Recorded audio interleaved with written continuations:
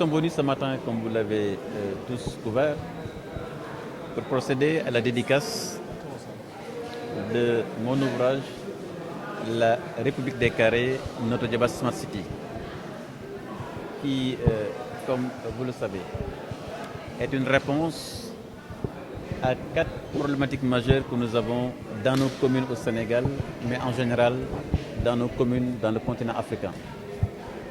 Ces 4 problématiques majeures sont les suivantes. La première, c'est d'abord l'exode rural. Nous constatons que dans les communes rurales, il y a un exode massif, il y a un dépeuplement des populations, notamment les plus jeunes. Et nous savons tous que quand les forces vives d'une commune quittent cette commune, il est difficile de procéder à un développement. La deuxième problématique, le deuxième défi, c'est le chômage des jeunes en milieu rural. Le troisième concerne l'aménagement, les logements décents. Et la quatrième concerne l'aménagement des zones agricoles, mais également des zones pour l'industrie. Puisque vous savez que l'industrie est le lieu de création des emplois. Notto Diobass a une singularité, j'allais dire, a un avantage comparatif. Il est dans un triangle où vous avez l'aéroport AIBD, vous avez le port d'Andayen et vous avez le truc Ila Touba. Et c'est une commune également qui est à côté des grands marchés du Sénégal, que sont Dakar, Thiès et également Mbour. À côté, vous avez également Touba et la ville sainte de Tivaouane, les deux villes saintes, Touba et Tivaouane, qui entourent quelque part, qui encerclent la commune.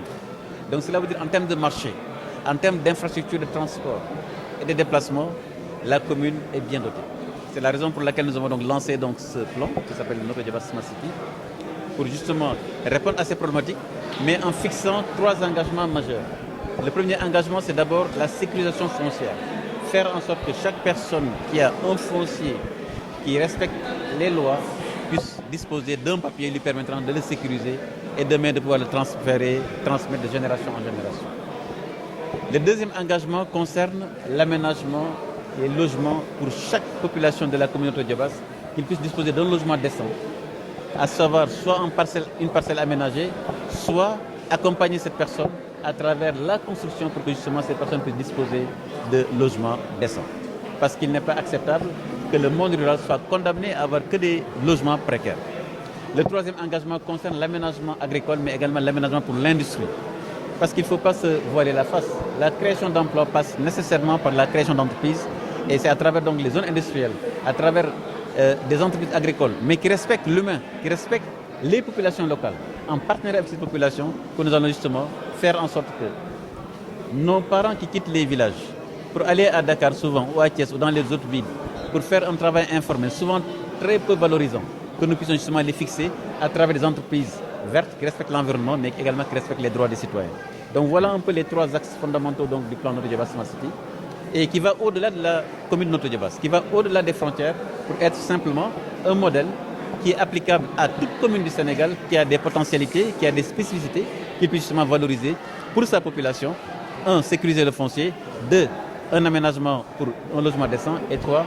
Aménager également pour les entreprises. Mais ça va au-delà du Sénégal pour attaquer justement les communes africaines, puisque en réalité, tous les pays africains, toutes les communes rurales africaines ont la même problématique que j'ai évoquée tout à l'heure. 1. L'exode rural. 2. Chômage des jeunes. 3. Aménagement désordonné.